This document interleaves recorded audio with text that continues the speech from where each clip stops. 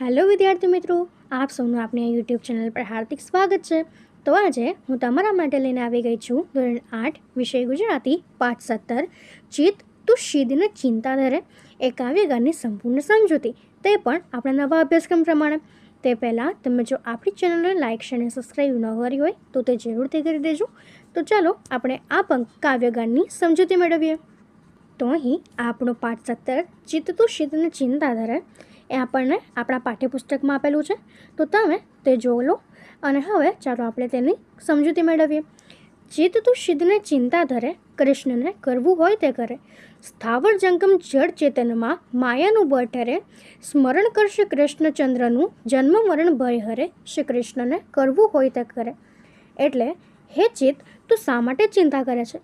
કૃષ્ણ એટલે કે ઈશ્વરને જે કરવું હોય તે કરે, જે સ્થાવર છે કે જંગમ છે, જે જળ છે કે ચેતન છે, એ બધામાં માયા એટલે કે મોહ આશક્તિનું બળ રહેલું છે। તું શ્રી કૃષ્ણચંદ્ર એટલે કે પરમાત્માનું સ્મરણ કર તો તારો જન્મ મરણનો ભય દૂર થશે। કૃષ્ણને જે કરવું હોય તે કરે।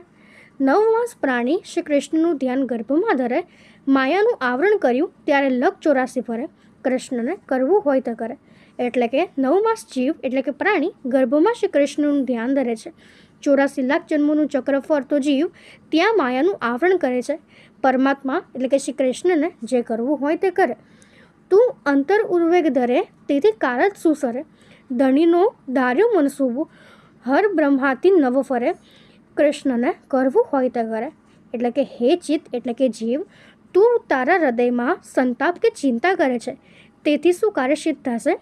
ધણી એટલે કે પરમાત્માનું ધાર્યું થશે, જે થવાનું છે તે થશે જ, શંકર કે બ્રહ્માથી એમાં કશું ફેર નહીં પડે, એ પરમાત્માનું ધાર્યું જ થશે। દોરી સરવાની એના હાથમાં ભરાયું ડગલું ભરે, જેવું જંત્ર બજાવે જંત્રી તેવો સ્વર નિસરે, શ્રી કૃષ્ણને કરવું હોય તે કરે। એટલે કે જીવ માત્રની દોરી એટલે કે સૂત્ર એના હાથમાં છે, એ જેટલા ડગલા ભરાવે તેટલા ડગલા ભરવાના છે, જંત્રી જેવું જંત્ર વગાડે તેવો સ્વર એટલે કે અવાજ ઉત્પન્ન થવાનું છે। એટલે કૃષ્ણને જે કરવું હોય તે કરે, આપણી કરેલી ચિંતાથી કશું ફેર પડવાનું નથી। થનાર વસ્તુ થયા કરે, જયમ શ્રીફળ પાણી ભરે, જનાર વસ્તુ એની પેરે જશે, જયમ ગજ કોડું જ ગળે, શ્રી કૃષ્ણને કરવું હોય તે કરે।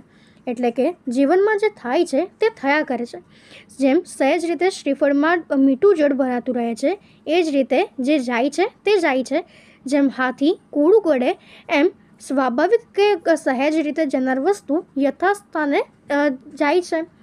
જેનું જેટલું જે જેમ કાઢે તે તેને કર ઠરે, એમાં ફેર પડે નહીં કોઈથી, શીદ કુટાઈ તું મરે, કૃષ્ણને કરવું હોય તે કરે।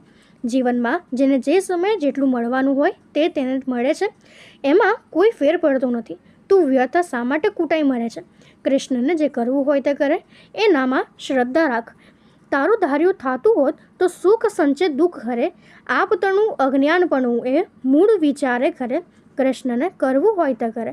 એટલે કે તારું ધાર્યું જો થતું હોત તો સુખ એકઠું કરત ને દુઃખ દૂર કરી શકત, પણ આપણું અજ્ઞાન એ મૂળ જ્ઞાન એટલે કે વિચારની સાથે જ દૂર થાય છે। પરમાત્મા જે કરે છે તે જ થાય છે, થવાનું અણચિંતવ્યું થશે, ઉપનિષદ આવચરે, રાખ ભરોસે રાધા વર્ણો, દયા શીદને ડરે, શ્રી કૃષ્ણને કરવું હોય તે કરે।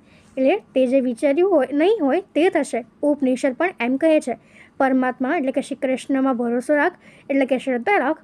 દયારામ કવિ કહે છે કે તું શા માટે ડરે છે? શ્રી કૃષ્ણને જે કરવું હોય તે કરે। તો આ આપણી કાવ્ય પંક્તિની સમજૂતી હતી।